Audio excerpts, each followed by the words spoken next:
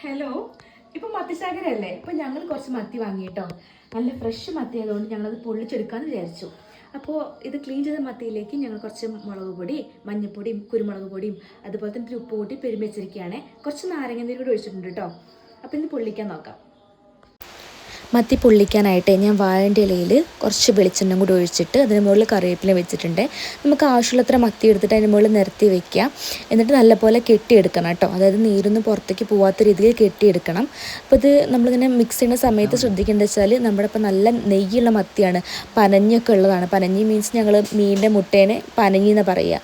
അപ്പോൾ അതിനൊരു നല്ലൊരു നെയ്യും കാര്യങ്ങളൊക്കെ ഉണ്ടായിരിക്കും. അതൊന്നും പോകാത്ത രീതിയിൽ കുറച്ച് മുളക് പൊടി, മഞ്ഞൾപ്പൊടി, ഉപ്പ് മാത്രം വെച്ചിട്ട് തരുമ്പിയാൽ മതി കേട്ടോ. അപ്പോഴേ അതിന് നാച്ചുറലായിട്ട് ടേസ്റ്റ് കിട്ടുള്ളൂ.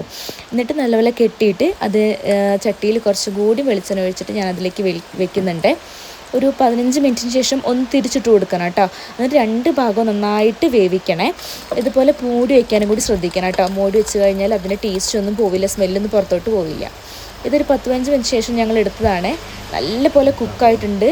തുറക്കുമ്പോൾ തന്നെ നല്ലൊരു സ്മെല്ലുണ്ട് കേട്ടോ. അതിൻ്റെ നെയ്യും മത്തിയുടെ നെയ്യും ഇപ്പോൾ ഫ്രൈ ചെയ്തതിൻ്റെ സ്മെല്ലൂടി വരുമ്പോഴേ നല്ല അടിപൊളിയാണ്, കഴിക്കാൻ തോന്നിട്ടോ നമുക്ക്. അപ്പോൾ ഞാനതൊരു പിഞ്ചെടുത്തിട്ട് ഒരു പീസ് എടുത്തിട്ട് കഴിച്ചപ്പോൾ ഉണ്ടല്ലോ അസാധ്യ ടേസ്റ്റ് ചെയ്തിട്ട് പറയുമ്പോൾ തന്നെ വായിൽ വെള്ളം വരുന്നുണ്ട് കേട്ടോ. അത് വെക്കുമ്പോൾ തന്നെ മനസ്സിലാവുന്നുണ്ട് നിങ്ങൾക്ക് എത്രത്തോളം ടേസ്റ്റ് എന്നുള്ളത്. കാരണം അതിന് നാച്ചുറലായിട്ടുള്ളൊരു ടേസ്റ്റും പോവാണ്ടായിട്ടാണ് ഉണ്ടാക്കിയുള്ളത്. പിന്നെ ഇതിനായിട്ട് കഴിക്കാൻ കൊടുത്തു. ഇതിനായിട്ട് ഒരുപാട് ഇഷ്ടമായി കേട്ടോ. അപ്പോൾ ആൾ ഇതന്നെ പറയണത് പ്രത്യേകിച്ച് ഒന്നും ചേർക്കാണ്ട് തന്നെ അതിൻ്റെ നാച്ചുറലായിട്ട് ടേസ്റ്റ് കിട്ടുന്നുണ്ടായിട്ട് ഇപ്പോൾ പറഞ്ഞു വരുന്നത്. അപ്പോൾ ഇത്രയേ ഉള്ളൂ വീഡിയോ. നിങ്ങൾക്ക് ഇതുപോലെ മത്തി കിട്ടുകയാണെങ്കിൽ ട്രൈ ചെയ്ത് നോക്കണം കേട്ടോ. വാഴൻ്റെ ഇല മാത്രം നമുക്ക് യൂസ് ചെയ്തിട്ടൊന്ന് ചെയ്ത് നോക്കണേ, എല്ലാവർക്കും ഇഷ്ടമാവും. അപ്പോൾ മറ്റൊരു വീഡിയോയിൽ പിന്നെയും കാണാം. ബൈ.